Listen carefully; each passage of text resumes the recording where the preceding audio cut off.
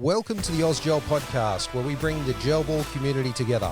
Each week we have a special guest where we talk about what's new in the world of gel ball, be it milsim, speedball, and everything in between.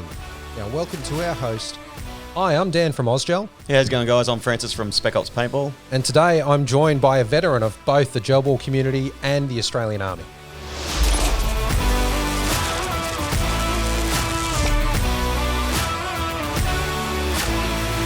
All right, now, Francis first, mate. It's an absolute honour to have you here on the podcast. Thanks very much for coming along. Yeah, cheers, mate, for having me here. Absolute pleasure, mate. Now, look, we're going to get into your military background soon, but can you tell us what drew you into your involvement in gel ball? I'd say I had no intentions actually to get into gel ball, get into any sort of combat sports after military. I think what drew me into gel ball is, first it started with paintball. So what drew me into paintball is it hasn't evolved. So all these combat sports, from the day they started, are exactly the same. They haven't changed. You know what? Still, I shoot you, you shoot me, high five, game over. So what we did is, you know, I went and played paintball and knew I could do it better. The way we got into gel ball is our field was actually getting hired out by an external company when gel ball first came around. Everyone assumed that we were running it. They were trying to jam 100 people onto the field at once. It just wasn't working. So, you know what? We just thought we'd take over it and actually run it properly, and sort of that way I can actually give it more of a military-based objective. You know, so yeah, that's how it sort of came around. Coming from a place of experience. So, yeah, exactly right. You know, using our actual personal experience to enhance the game and give like a realistic actual combat zone instead of just running around the bush doing nothing. Cool. All right. Well, look, let's talk about your military time. That's what a lot of people like to know about, I think. You got some amazing memorabilia up in the field. Every time I visit, you know, I can see all the commando memorabilia up everywhere, mixed with a bunch of other stuff, but absolutely awesome. Now, I think it's well known across the gel ball community that you were a qualified shooter. But can you tell us more about your career in the Army? Like, what led to the Special Forces? Yeah, definitely. So I had no intention of actually joining the Special Forces. I actually planned on doing 4 years in the Army, bailing, and then getting a trade.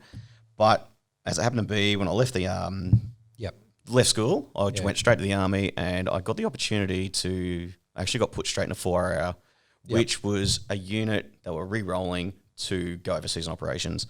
4RER, that's an infantry battalion? That's right. So they re-rolled it back from, they were turning into a Special Forces unit, and they re-rolled it back to infantry to go overseas. Once we were overseas, then September 11 happened, and then, you know what, they decided to re-roll a whole unit into a Special Forces unit. And I think out of the 500 people within the unit, about 50, 60 people actually made it.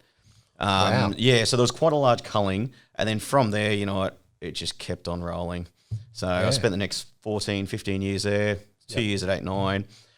In my Special Forces career, I pretty much spent 3 years overseas deployed. I spent 3 years on the tactical group, tactical assault group, which is the TAG East, so the counterterrorism group. 3 years in the urban and CQB cell, training up Special Forces soldiers.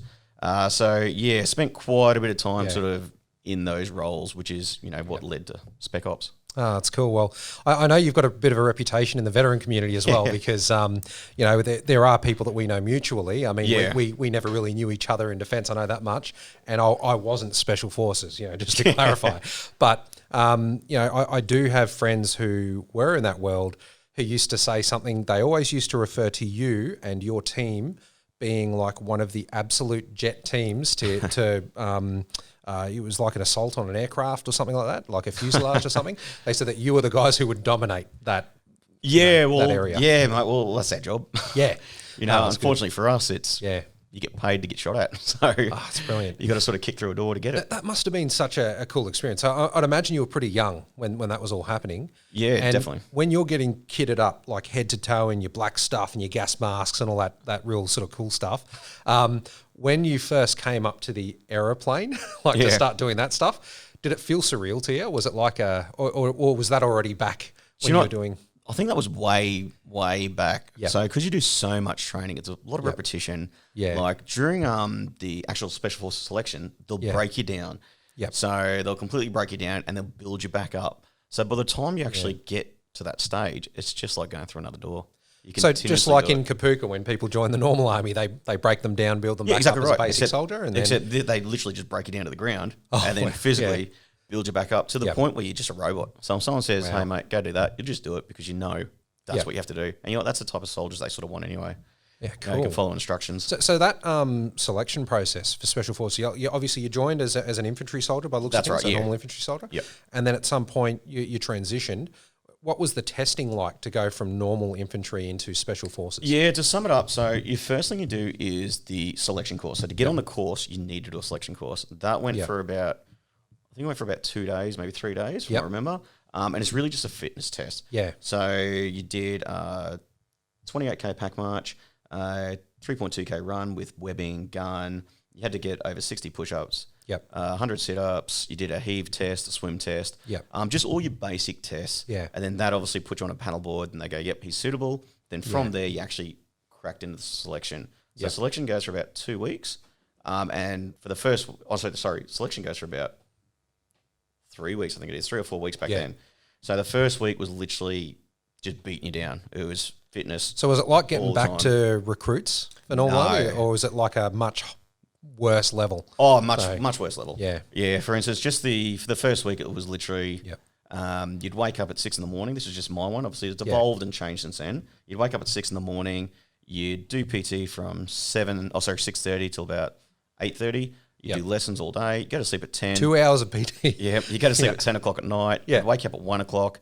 You do PT from 1 to 3, and then the day would rotate continuously for the next week. Yeah. Wow. So like graveyard PT. Yeah, exactly right. But you know what? That's what you want. Yeah. You know, if you expect to sort of go for those, you need to be able to perform under those stressful sort of environments. Yeah. Wow. And how long? Sorry, were you doing that for? So that went for about a week. Then you kick into sort of a demarcation, which is a food sleep deprivation. That goes for about 2 to 3 days, depending on sort of how it rolls. And then you go into a sort of a training or a teaching phase, which is still quite stressful, but it sort of eases back a bit. Okay. And then after that selection course, if you're selected, and from what I understand, it's a very, very small percentage of people that get selected out of that definitely. course. So from my course of about 107, I think it was like 15 of us made it. Wow. Yep. That's pretty epic.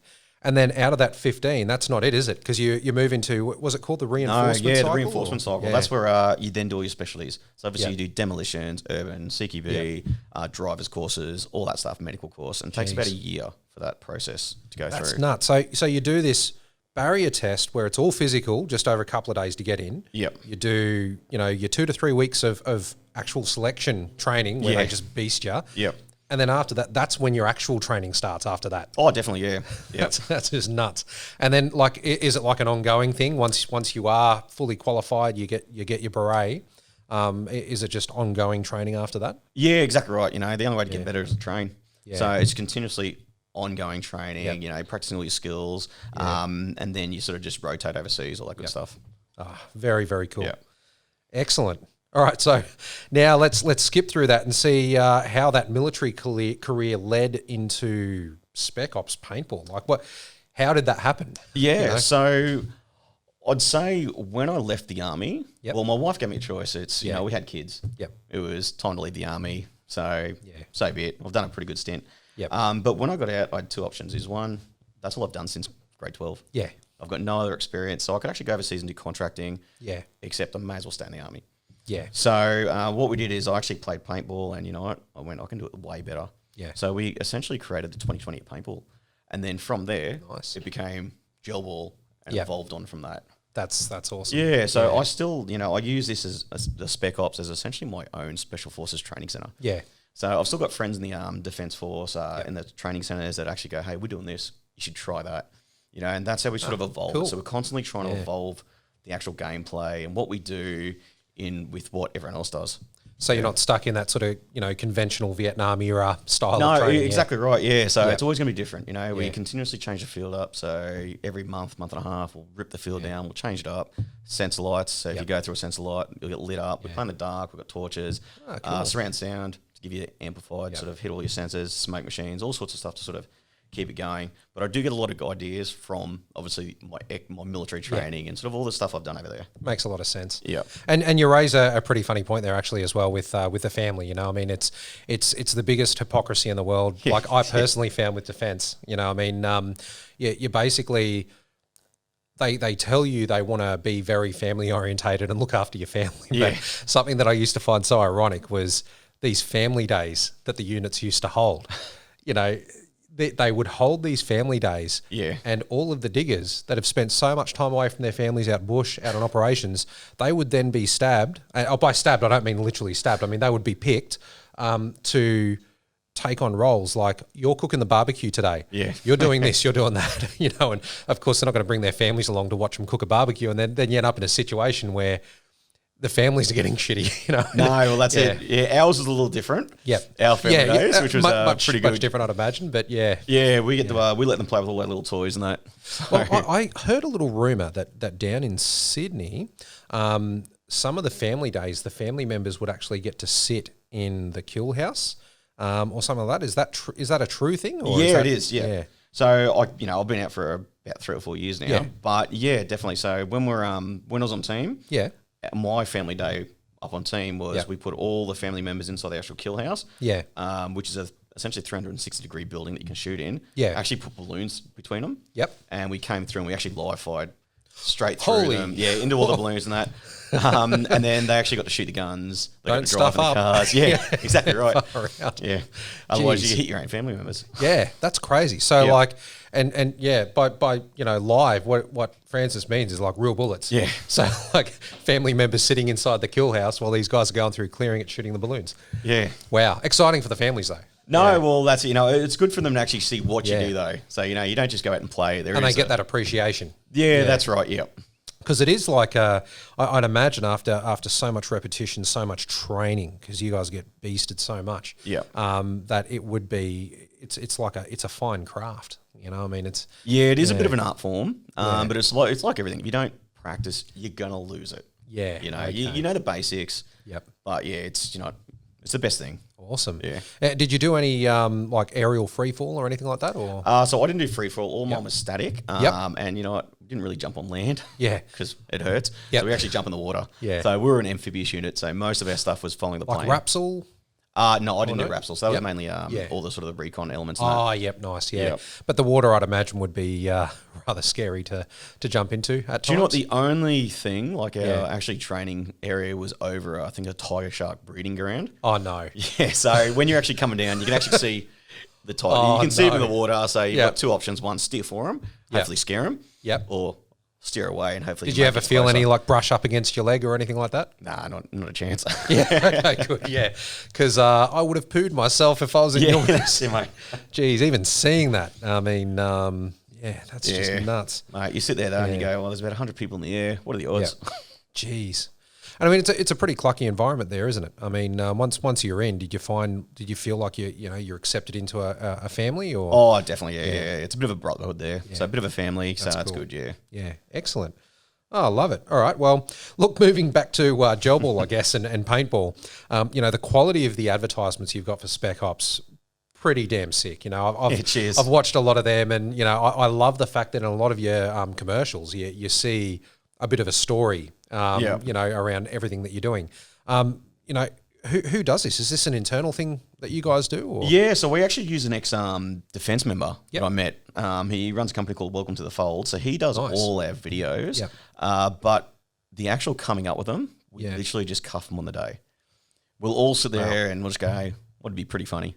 Yeah. And we'll literally just crack it out. And that's brilliant. Yeah, and that's actually how we just do it all. So every single thing we're like, that'd be pretty funny.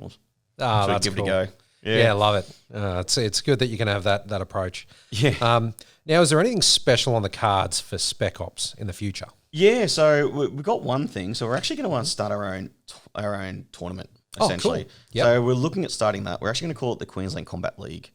So we're going to it's a hybrid between speedball and tactical sort of gel ball or combat sport, should I say. I think we spoke about this in the past. Yeah, we did. So we're going to actually throw it up on Facebook soon. Yeah. But we're going to do a trial, but essentially it's teams of 5 will battle it out. to knock the other team out. So in the center of the field for gel ball specifically, it'll be pistols only. Yep. One shot and you're out. So everyone will be kicking around the pistol. Yeah. You got to try to shoot each other. In the center of the field will be a fully loaded gun. There'll be blow-up barricades in the center, urban building on the outside, and your start points will actually be behind cover, so you won't know which way the person's going to go. So first it starts with 1 versus 1. Yep. They'll battle it out. Okay, then it goes, if you win, it'll be 2 versus 1. Yeah. Okay, so every time you win, the other team gets an extra player until you completely knock out the other team. So it's that awesome mixture where, if you want to go speedball, go for it, but you've only got one magazine. Yeah. So once you get to 3 or 4 people, then tactics come into play. That seems to be the case with that style, because I mean, if you can't see the area that they're breaking from, that's behind cover, it's almost like the team's strategy, it turns more from strategy and into immediate tactics. Yeah, exactly right. And I'm guessing it would rely a lot more on your reflexes rather than your ability 100%. to... Yeah. So at the start, we tried it with our members' day. Yeah. And at the start, everyone, even though no one was speedball players, they all played speedball. It was a race out, trying to beat the enemy. Yeah. And then once you get to about 3 players, you get people starting to post on corners, directing where the enemy are going, to sort of directing the flankers, all that good stuff. Yeah. Oh, that's cool. That's very cool. All right. This is a funny one. So you would see I've added this little question in there, and it's a bit of a funny one, because out there, I think there was a big issue several months ago, right, where several fields, made the choice, and they're well within their right to ban, one of our gels. And I remember this influx of people, messaging me and, messaging the Ausgel inbox going, "We support you." And I'm like, what are you talking about? And then I saw this. I went, yeah, there's nothing wrong with that, And they're saying, yeah, but they don't want to sell you gels. I said, we don't have just one type of gel. There are so many different options out there. But it's funny because, some people start saying, is everything okay with you and Francis? I said, there's never been an issue with me and Francis. Yeah. He's right here in front of me now. We get along. It's all good. Okay, so, But I should ask anyway, am I banned from the field? Oh, mate, we never invited you in the first place. Oh, there you go. Okay. No, of course not, mate. Cool. Yeah, always welcome. Awesome. Yeah, see, and that's the thing, I think it's good that there's people out there in the community that want to demonstrate that loyalty and all that sort of stuff, but I also think at the end of the day, people just need to not make stuff up. Mate, 100%. We were getting all the messages, the same as you. You just handled that perfectly. Yeah, but at the end of the day, it's all about, for us, including everyone. Yes. And and that's sort of our big focus. So that's where we went. And you know what? Yeah. As I said, I like to be upfront with everyone, Yeah. Hence why I actually told you before all this went out. I went, hey, this is what we're doing. And he messaged me and I was like, yeah, cool, whatever. Yep. I mean, yeah. And it's, and look, in all honesty, even if you hadn't, wouldn't matter anyway. So, yeah. Exactly right, mate. It's your field, your rules. You paid for the place. That's it. That's the way I see it. So, nice. But what are you going to do? But hey, but before we do close off though, got a few more questions. Yeah, go for it, mate. So back to your service. Yep. Like you spent a bit of time overseas. Yeah. Are you allowed to say where you deployed to, or? Yeah, so a lot to the Middle East, obviously Afghanistan, all those places, East Timor. Yeah. Well, there you go. In those 2 areas, so East Timor and Afghanistan, what was the contrast like between deploying to both those areas? Do you know it was 2 different fights? Yep. So one was a peacekeeping, which was obviously East Timor. Yep. So, to tell you the truth, I just sat on my butt and did nothing, which is what 99% of the military did there. Obviously, the Middle East, our job was the target. Yeah. So, we did go and do a lot of targeting. If they weren't sure of different areas, they'd send us in to just see what was there, to stir it up if there was something there. So that was our main role. Yeah. Overseas. Ah, cool. Yeah.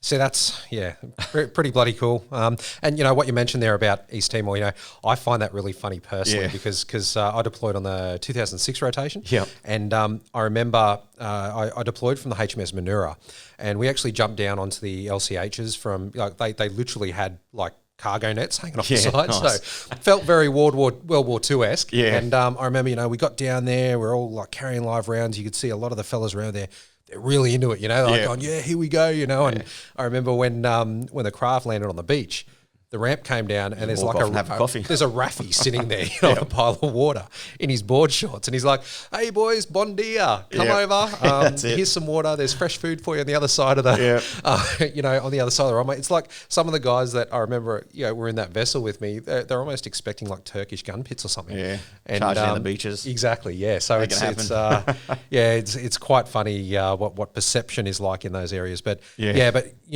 on the flip side though, Afghanistan a lot more serious, by the looks of things in a lot of ways. Yeah, it was funny. Like from when I went, the first time I went, I was on just a 4-wheel motorbike. Yeah, that was it. Recon, cruising around, doing your own thing. Then we sort of armoured up. Yeah, getting the armoured or the SRVs. Yeah, with V-shaped hulls in case of IEDs. Then we were in armoured vehicles. Jeez. Then it was helicopters. So it's and you can see the escalation. As, ticks like that's like firefights. So troops in contact, I believe, is the So did you get into? Yeah, we got into a fair few. Yeah. So there was a lot of firefights, but they're all just. It was all fair game. Yeah. Yeah. Fair enough. Yeah, that's insane. Your first one, do you remember your very first firefight you got into, or? Do you know what? The very first one, it's not much of a rush. I actually don't remember specifics. In fact, people have talked about things that happened. I'm like, oh, geez, was I even there? Yeah. You're talking it up, you sure? I imagine your adrenaline would have been. Yeah, your adrenaline rushes. Like, I remember the first one we got into, we actually were, it was just my recon element. We were sitting on top of a hill. Obviously, rounds got fired. My team commander actually got shot through the pocket. First round, straight through the pocket, just skimmed him. And then, obviously, it was just us. Yep. Sort of on a hill, taking them on. And, it ended up being a retreat. So we actually just hightailed it down this mountain. Yeah. Back to the rest of the platoon in the end. But, that was essentially my first kick. Yeah. Wow, there you go. And it would have gone from there. Yeah, mate. Yeah, and it just escalated. Yeah, as the more times we went overseas. But it's good fun. But it's funny sitting back at work though, because we actually do play some videos up on the TV and that. Yep. And then people come off the job ball field and go, "Oh wow, you can get shot from anywhere."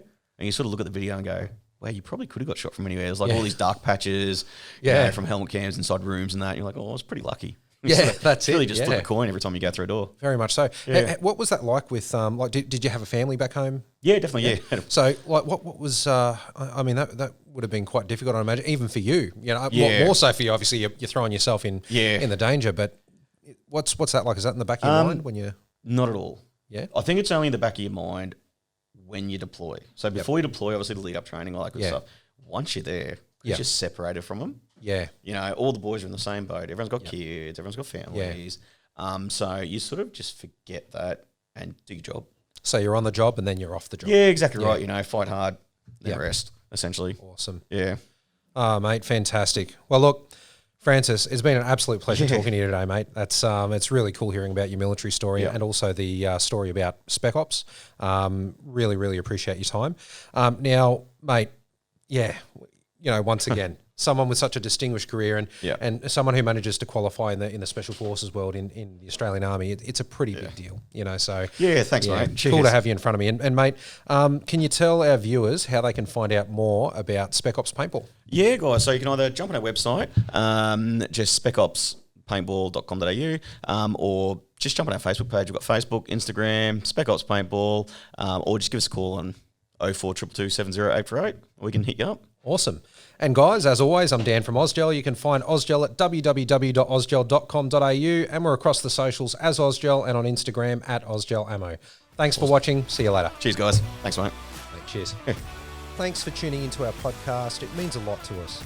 If you enjoyed today's podcast, leave a comment or review below and hit the follow or subscribe button. If you have any questions or want to be part of a future episode or even want to know more about Ausgel, head to ausgel.com.au to get in touch.